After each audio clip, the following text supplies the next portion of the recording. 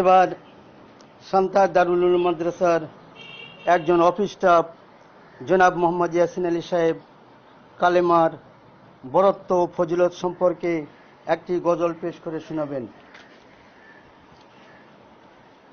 বিসমিল্লাহির রহমানির রহিম। কালেমার খুঁটি ভালো করে ধরো, কালেমার খুঁটি ভালো করে ধরো, যদি কিয়ামতে বাঁচতে চান। লা ইলাহা ইল্লাল্লাহু বলো রে আমারি মন।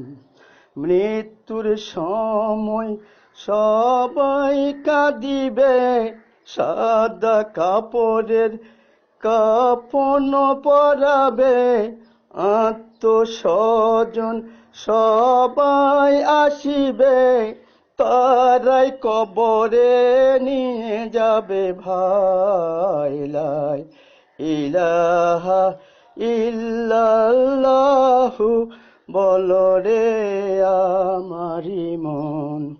কবরে যখন মুনকির নাকির আসিবে, কবরে যখন মুনকির নাকির আসিবে, সওয়াল জবাব শুরু করিবে, তখন বুঝিবে কালেমারি গুণ। লা ইলাহা ইল্লাল্লাহু বলো রে আমারি মন।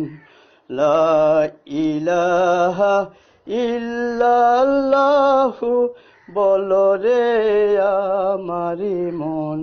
কালেমা হইল আসমান জমিনের চাবি, কালেমা হইল আসমান জমিনের চাবি, কালেমার ফজিলতে পাওয়া যায়। লা ইলাহা ইল্লাল্লাহু বলো রে আমারি মন।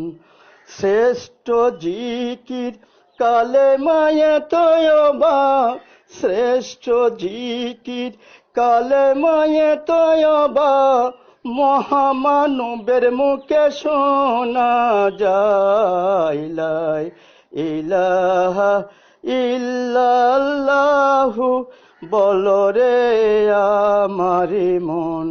সাত সমুদ্রের পানি কালি করিলে, দুনিয়ার বৃক্ষের কলম বানালে, কালেমার ফজিলত লেখে শেষ হবে না। লা ইলাহা ইল্লাল্লাহু বলো রে আমারি মন। লা ইলাহা ইল্লাল্লাহু বলো রে আমারি মন।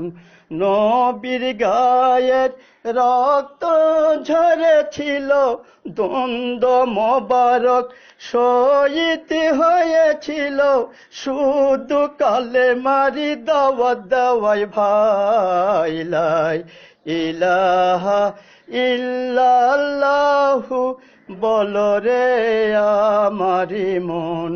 কালেমার দাওয়াত জিনারা করিবেন, কালেমার দাওয়াত জিনারা করিবেন, আল্লাহ তাদের উপর খুশি হন। লা ইলাহা ইল্লাল্লাহু বলো রে আমারি মন।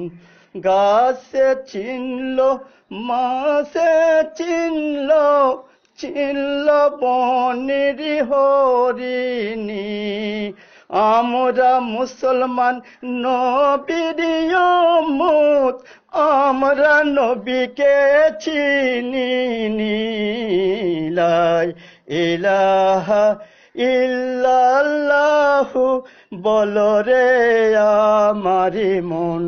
বিদায়ের বেলায় অনুরোধ করি, মুসলমান ভাইদের পায়ে পড়ি, আসল বাড়ি 3.5 হাত মাটি, ওই কবরেই যেতে হবে ভাই, রেহাই পাওয়ারই আশা নাই, লা ইলাহা ইল্লাল্লাহু বলো রে আমারি মন।